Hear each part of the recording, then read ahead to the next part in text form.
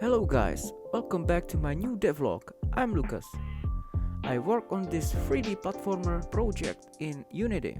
In the previous devlog we added various moves: variable high jump, grabbing the ledges, high jump, long jump and double jump. In today's video we will add a lot more functionality for our character. From the beginning, my inspiration for this game was Ratchet & Clank. I wanted to make similar gameplay, lots of enemies, guns and shooting all day long. But in the end I decided I would rather have the vibe of the first Jak and Daxter, exploring the open world, looking for the secrets, lots of jumping and different quests. But I just still have no idea what my game will be about, so if you have some good ideas, let me know in the comments. Now back to what I did last week. First, I added some different types of platforms. If you step on these, they'll disappear or fall down. Then horizontal and vertical moving platforms. Horizontal platform works just fine, but the vertical one has some issues. You cannot jump when it moves up because you are stuck in it a little bit, and when it moves down the character doesn't stay on it, he is a little higher above it. I improved the climbing system. Now you can jump up and down on the other ledges. This gives additional options for a more interesting level design. Another thing I want to do is climb around the corners and swing on the bars. But I don't know how to do that for now. I couldn't find any solution or tutorial to this particular problem.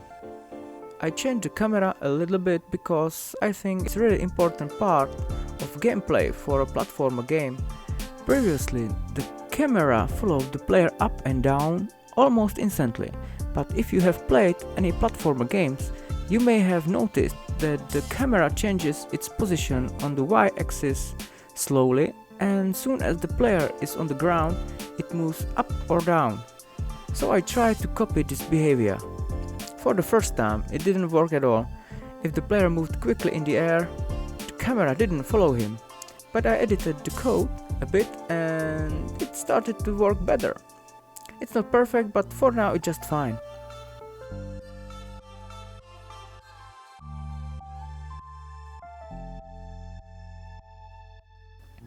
Our temporary character got a hammer and can finally attack. I also implemented a combo system. You can hit up to 3 times in a row. I created a destructible box in Blender so you can destroy it and it looks good, I think. I can do that all day.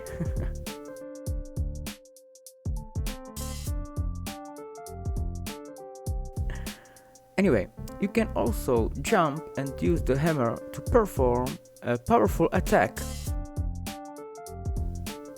But at this moment I realized that the movement of character is not as smooth as I thought. It did not look right. Quick rotation without stopping the player.